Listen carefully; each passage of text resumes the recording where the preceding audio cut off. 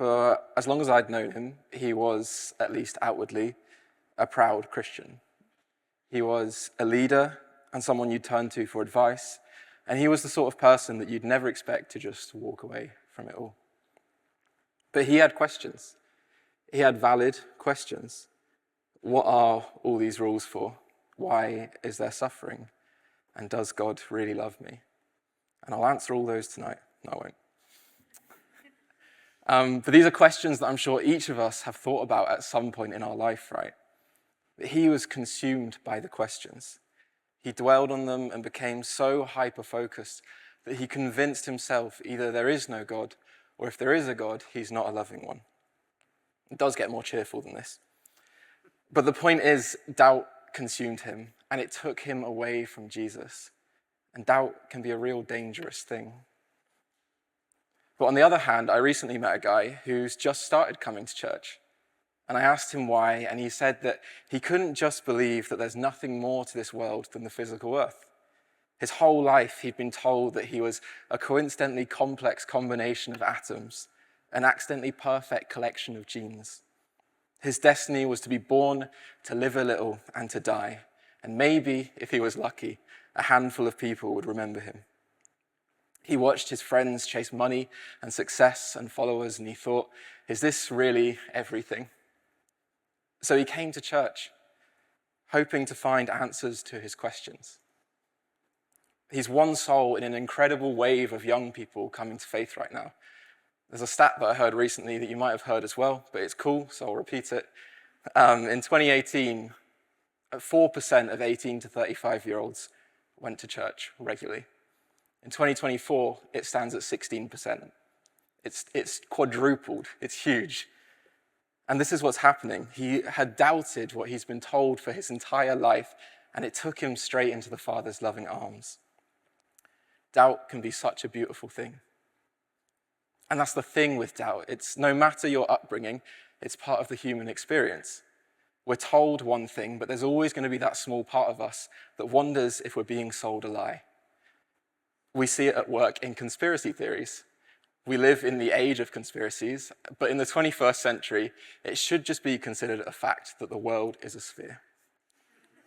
It just is. No one benefits from it being a sphere, it just is. We have astronauts, we have telescopes, we have thousands of reasons to believe that it's a sphere, and still people doubt it.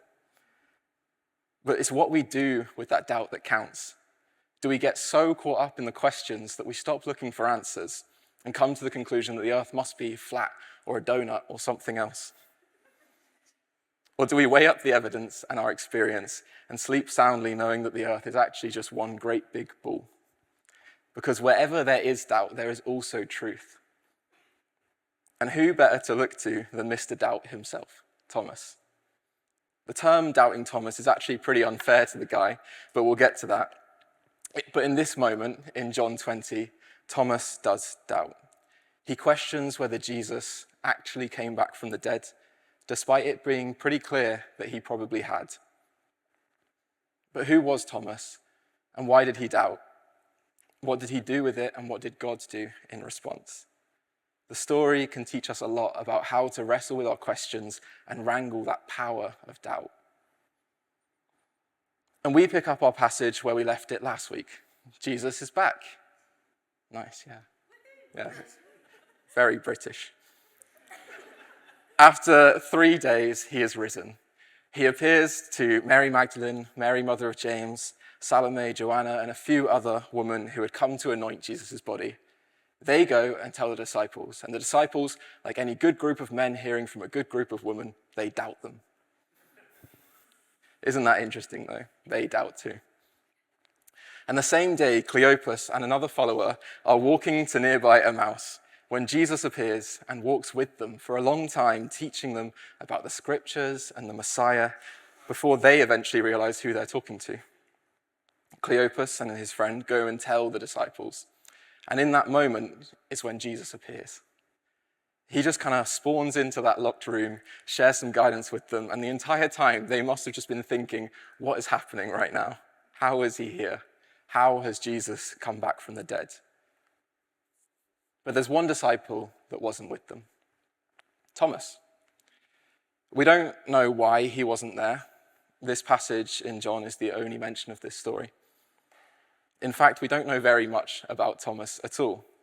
He's mentioned 7 other times in the Bible. 3 of those are just lists of the disciples, but the other 4 do teach us a little bit about who Thomas was. In John 11, Jesus wants to go back to Judea to raise Lazarus from the dead, even though the people of Judea want to stone him and his followers. When the other disciples are trying to find a way out of going, Thomas is the first to say, "Let's go to Judea and die if we must." He trusts Jesus, and he's willing to risk it all for his mission. In John 14, Jesus tells the disciples that they know the way to where he is going, to heaven. What Thomas says is, "We have no idea where you're going, let alone the way you are going." He's not ashamed to admit that he doesn't have a clue what Jesus is talking about sometimes, but he asks because he wants to know. He's honest and he seeks the truth in all its complexity. And after our passage here, Thomas is blessed in John 21 when Jesus helps the disciples yet again to catch more fish. And in Acts 1, Thomas is there when the Holy Spirit comes down at Pentecost and fills the men with God's power. Clearly, despite his wobble in this passage, Thomas comes to his senses and is right there with the disciples in the early days of the church. And then what does Thomas do?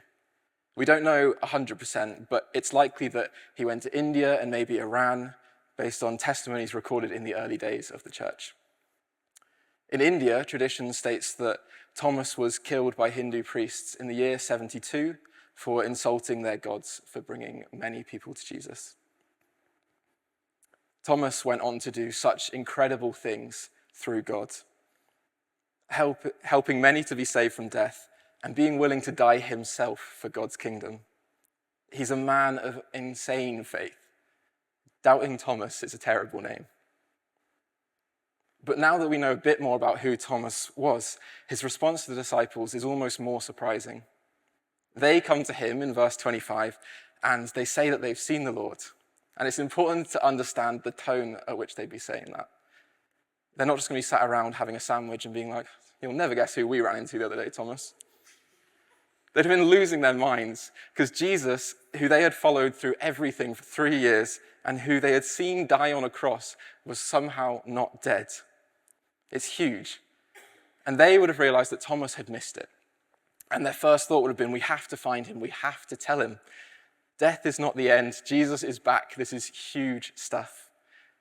When my friends tell me something like that with the same level of excitement, like there's free cake in the office, my response isn't, "I will not believe you until I taste the cake for myself." I will eat it though.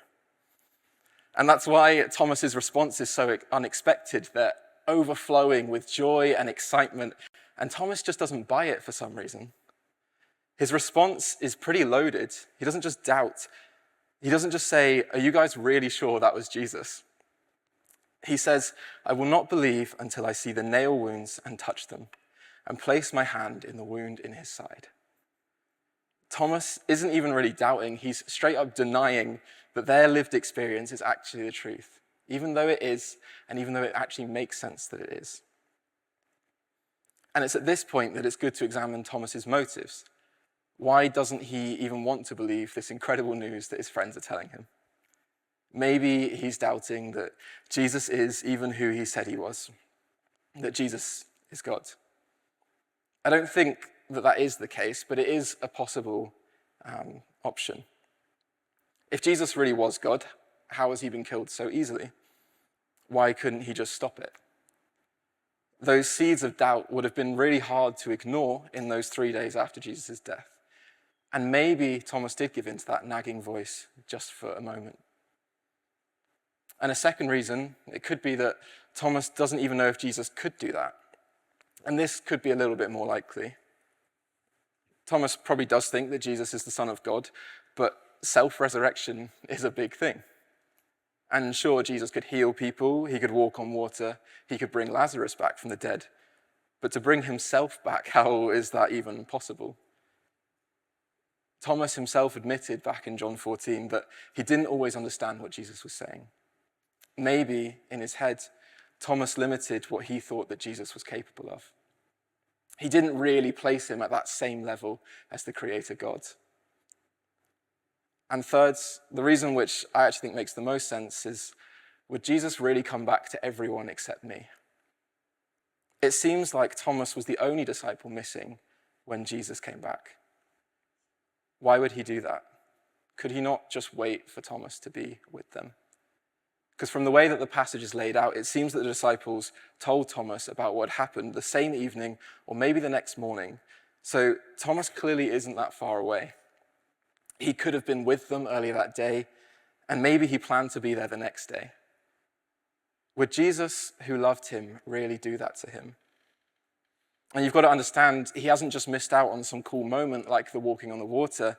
He's missed out on real-life confirmation that Jesus hasn't just left them running for their lives in Jerusalem. Seeing the other disciples so emboldened might have gotten to him. He might have known logically that they weren't just going to lie about that to him. They weren't just going to play some cruel practical joke on him. But his heart is disappointed. And he shuts down. All he wants is to see Jesus again. Is that really too much to ask? And what does Jesus do in response? He doesn't come back straight away. 8 days is how long Thomas waits. And can you imagine what 8 days would feel like when you're watching your friends so excited and passionate and you just feel dejected and disappointed? He must have realized at some point in those 8 days that the disciples really had seen Jesus. Why would they keep lying about it? He's seen them talking about it for 8 days, and they haven't changed their tune. And even if he wouldn't admit it in his heart, his brain must have looked at all the evidence in front of him. But after those 8 days, Jesus does come back. And notice that Thomas is still with the disciples at this point, despite his doubt. He didn't just walk away from them and not turn back. And when Jesus appears, he instructs Thomas to do the very things that Thomas said he needed to see to believe. And Thomas experiences a complete change of heart, a full 180 in that moment. He instantly states that Jesus really is God. And I think that really speaks to his heart. He knew deep down that the disciples were telling the truth. And he also knew that Jesus did care about him. But Jesus coming back to Thomas and for Thomas confirmed his suspicions. And as we see from the rest of his life, he's clearly ready to give it all for Jesus with just that push. And then what Jesus says next can seem like a little bit of a dig at Thomas if you read it at first, but it's not. It's a message for all of us here in the future. Jesus is happy that Thomas believes because he's seen him, because lots of people didn't even do that.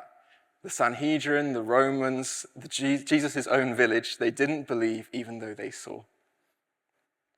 But Jesus knows that many in the near and the distant future will believe even though they didn't see him physically, just based on what they hear and what they experience.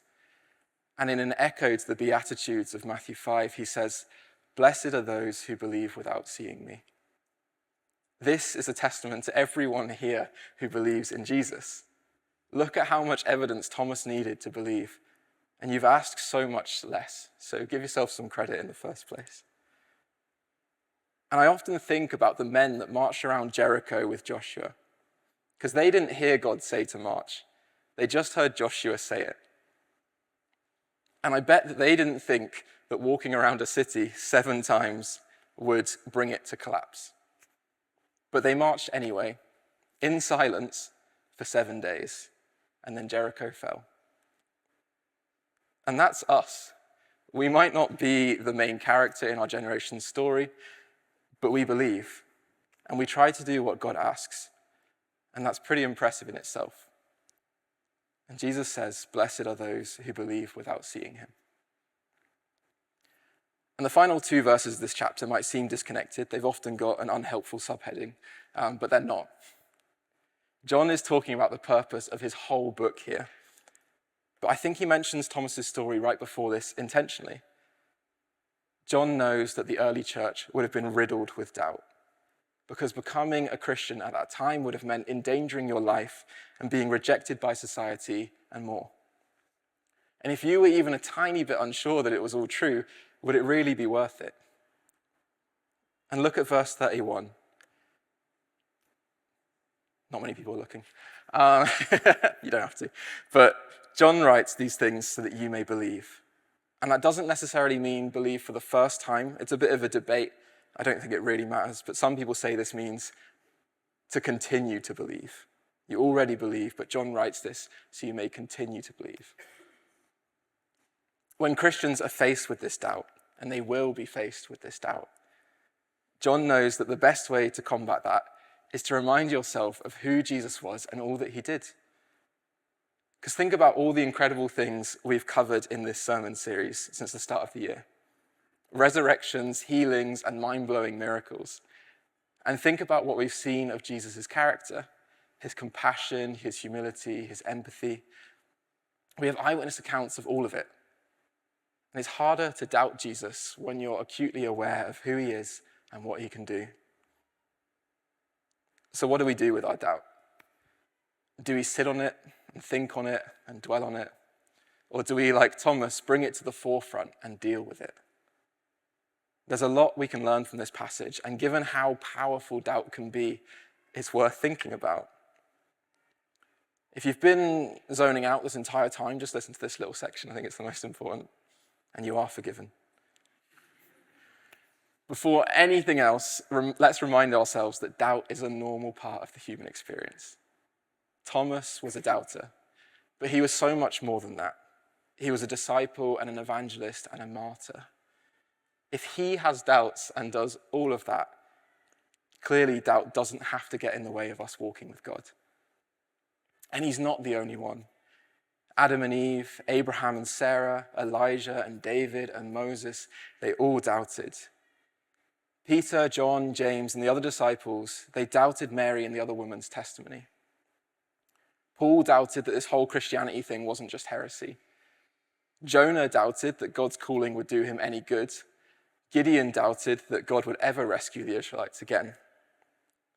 But what did these people do with their doubt? The disciples ran to the tomb to see for themselves, and they believed. Paul was blinded and then healed by Jesus and became one of the greatest evangelists of all time. Jonah ran away, but God brought him back in a fish, and a city of violence became one of peace. Gideon, he asked for a sign twice, and God answered him twice, and he went on to defeat their oppressors. Some of them confronted their doubts. Some of them ran, and God brought them back. But their doubts are a key part of their stories. And through the doubting, they learned more of God and came closer to him. And the reason I'm saying all of that is because we're often ashamed of our doubts.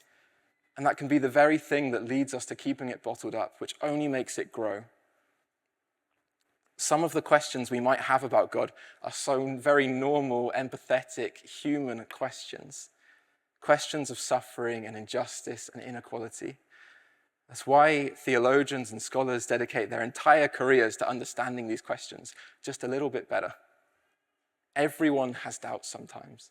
There's no shame in it. It just matters what we do with it. And I want to address those three types of doubt that could have troubled Thomas. The first I'm going to call, is God?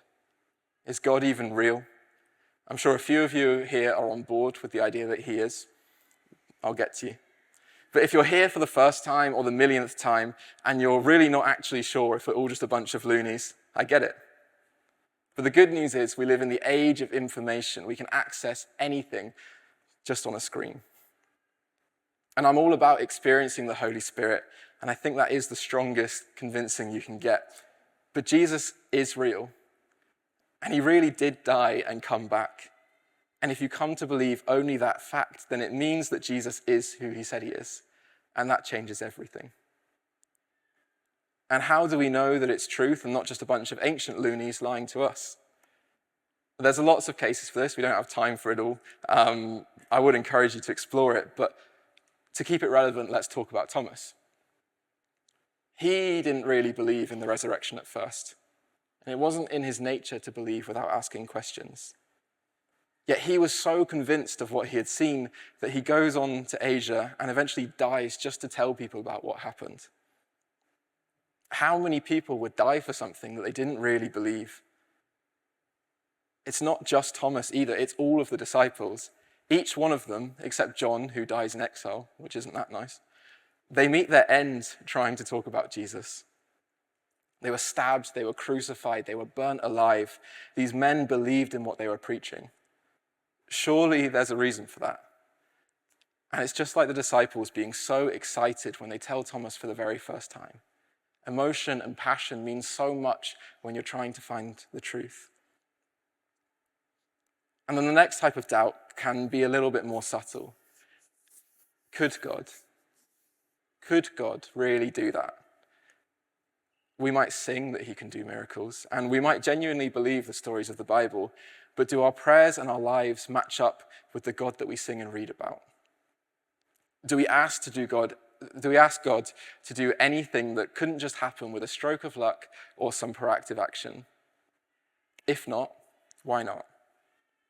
And I've been guilty of this many times, but it's such a subtle doubt it can affect our whole lives. And I'll pray for healing, but some other prayers seem a little bit too ambitious. I'm scared of disappointment, and so I limit what I ask for. I know in my head what God can do, but I don't always believe it in my heart. And the reason this doubt is dangerous is because it limits everything. It limits our experience without us even thinking about it. When we pray big prayers and we dream big dreams, do we not open the door to seeing God move in such big ways? And when we don't dare to dream, are we not missing things that could have been huge blessings? How do we deal with this sort of doubt? I think a change of heart. Next time you pray, be a bit daring. If nothing happens, you haven't lost anything, nothing's changed. But if it does, imagine. Keep up that habit. Because do you think Joshua didn't doubt just a little bit when they were walking around Jericho for the 6th day and not even a brick was out of place? But they kept walking. Do you think Moses didn't have to fight that little voice that said the sea isn't really going to part? But he led the Israelites right to the water's edge. And the thing is, God's not doing these things just because we're asking. He's probably moved mountains in your own life already. You could just have missed it. But at least if you're asking, you'll definitely notice. And the last type of doubt, and it might be the biggest barrier of all, is would God? Would God really not heal those people? Would God really not just reveal himself to me like he could? Would God really let war and famine and freak weather happen? They're big questions, and we definitely don't have time now. But these are questions that have plagued our minds for millennia. I mentioned Gideon, and as I was reading about him, I read a verse that really struck me. Judges 6:13 is taking place when Gideon and the Israelites are living under the oppression of the Midianites. And Gideon says, "If the Lord is with us, why has all this happened to us? And where are all the miracles our ancestors told us about? The Lord has abandoned us and handed us over to the Midianites." And haven't you heard people say things like that before? Haven't people said that we're living in a world where God has forgotten us? When they think of all that is wrong in the world, that's all they can ask. But our feelings are not truth, and our questions are not answers. God rescued Gideon and the Israelites. And he didn't stop there. He performed many, many miracles through the times of the judges and the kings and the exile and of Jesus. And he didn't stop then either. He performed many, many miracles through the times of the Romans and the Tudors and the Victorians and other historical periods I don't know the names of, and the 20th century.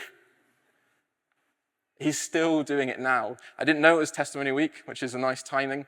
You should share testimonies, stories of how God is moving, all the incredible things he is still doing today. More importantly, listen to others. God is far from done. The whole reason that John wrote his biography of Jesus' life was to embolden the faith of others. So let's keep doing the same, talking about what God is doing. And let's keep listening. It's not going to solve everything. That would be a bit naive. But if we really want to know the goodness of God and who he is, listening will help us get one step closer.